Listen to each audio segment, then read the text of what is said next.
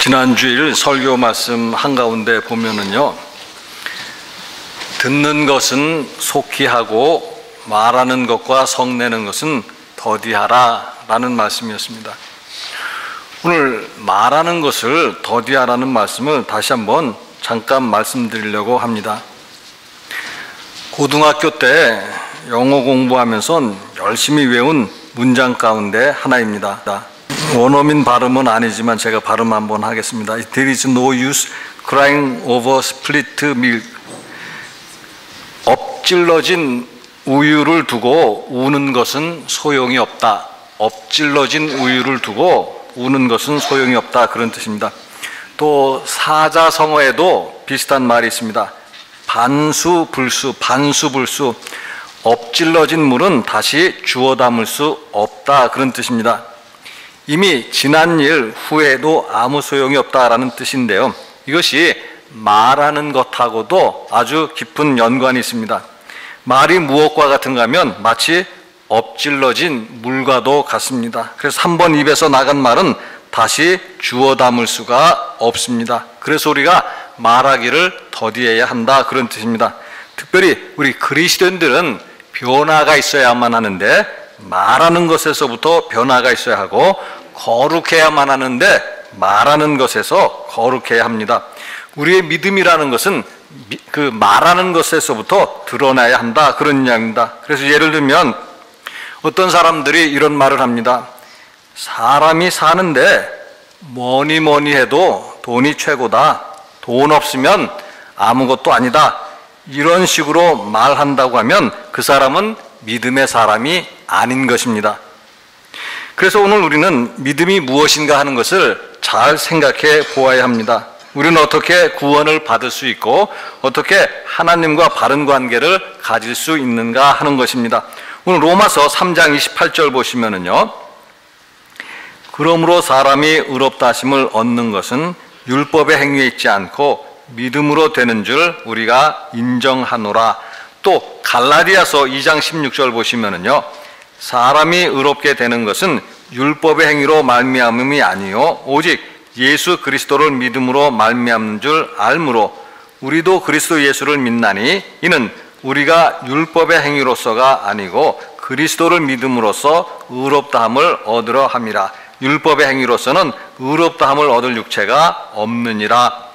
사람이 어떻게 의롭다 하심을 얻을 수 있는가, 사람이 어떻게 하나님과 바른 관계를 가질 수 있는가, 그것은 율법의 행위로 되는 것이 아니라 믿음으로 되는 것이다, 그런 말씀입니다. 즉 예수 그리스도를 믿음으로 의롭다함을 받을 수 있고 하나님과 바른 관계를 가질 수 있다, 그런 말씀입니다. 즉 믿음으로 구원을 받고 믿음으로 하나님과 바른 관계를 가진다, 그런 이야기입니다.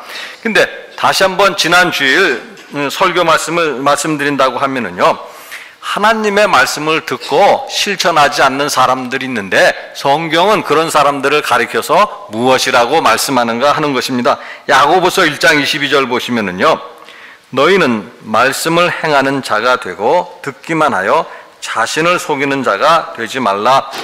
자신을 속이는 자다. 하나님의 말씀을 듣기만 하고 행동하지 않으면 그 사람은 자신을 속이는 사람이다, 그런 이야기입니다.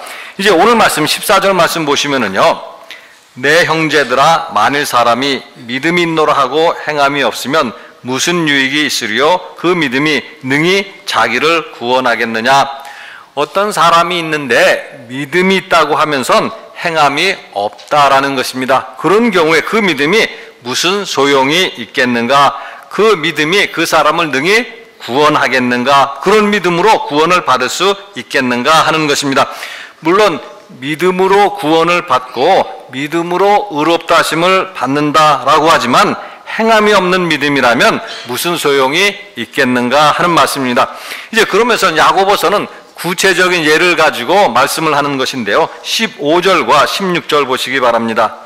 만일 형제나 자매가 헐벗고 일용할 양식이 없는데 너희 중에 누구든지 그에게 이르되 평안히 가라, 덥게 하라, 배부르게 하라 하며 그 몸에 쓸 것을 주지 아니하면 무슨 유익이 있으리요. 형제나 자매가 있는데 헐벗었고 당장 일용할 양식이 없습니다. 그런데 그 가난한 형제에게 쓸 것을 주지는 않으면서 평안히 가라, 따뜻하게 가라, 배부르게 하라 이렇게 말만 한다고 하면 무슨 소용이 있겠는가? 그 가난한 형제에게 무엇이 필요한가? 당장 먹고 마시고 입을 것이 필요하다, 그런 이야기입니다. 그런데 그 필요한 것을 주지 아니하고 말로만 형제를 사랑한다라고 할 때 그것이 무슨 도움이 되고 무슨 소용이 있겠는가 하는 것입니다. 마태복음 25장에 보면 최후 심판에 관한 말씀이 있습니다. 그리고 오늘 우리가 성경을 통해서 듣는 말씀은 믿음으로 구원을 받는다라는 말씀입니다. 그래서 최후 심판과 이 믿음으로 구원을 받는다라는 것을 연결해 보면 이렇게 해석할 수가 있습니다. 최후 심판 때 하나님이 우리를 마지막으로 심판할 때 무엇을 보시겠는가? 믿음으로 구원을 받는다고 했으니까 우리에게 믿음이 있는가 없는가를 보시지 않겠는가 하는 것입니다. 그런데 마태복음 25장은 무슨 말씀을 하시는가 하는 것입니다. 마태복음 25장 40절에 보시면은요, 임금이 대답하여 이르시되 내가 진실로 너희에게 이르노니 너희가 여기 내 형제 중에 지극히 작은 자 하나에게 한 것이 곧 내게 한 것이니라 하시고, 따라서 마태복음 25장이 말씀하는 믿음이 무엇인가 하는 것입니다.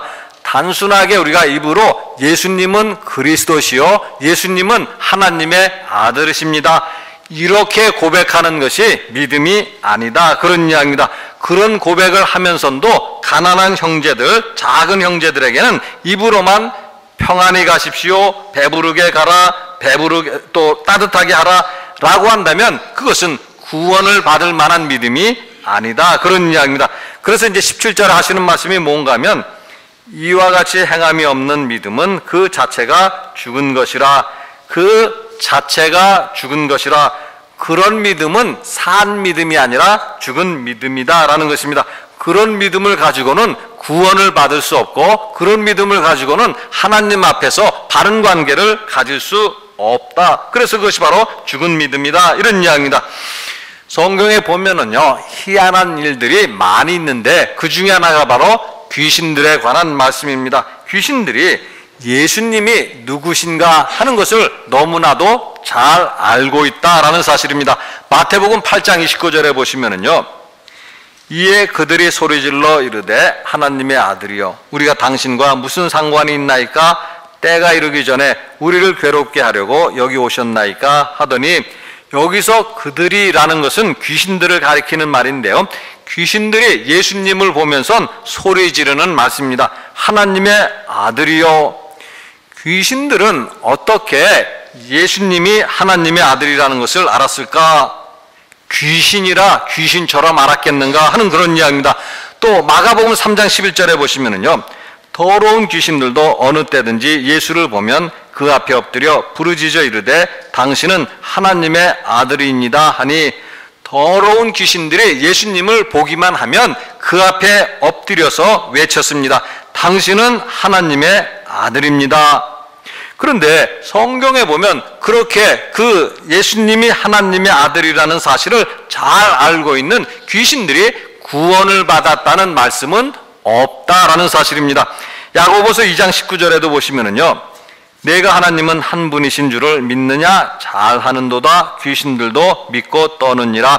하나님은 한 분이시다. 유일신 사상을 말씀하는 거죠. 하나님이 한 분이시라고 믿는 것은 정말로 잘하는 일이다. 그런데 귀신들도 믿고 떤다. 귀신들도 하나님은 한 분이라는 것을 알고 믿고 떤다, 그런 이야기입니다. 따라서 무슨 뜻인가 하면은요, 단순하게 하나님은 한 분이시고 예수님이 하나님의 아들이라고 믿고 입으로 고백하는 것은 우리를 구원하는 믿음이 아니다라는 것입니다.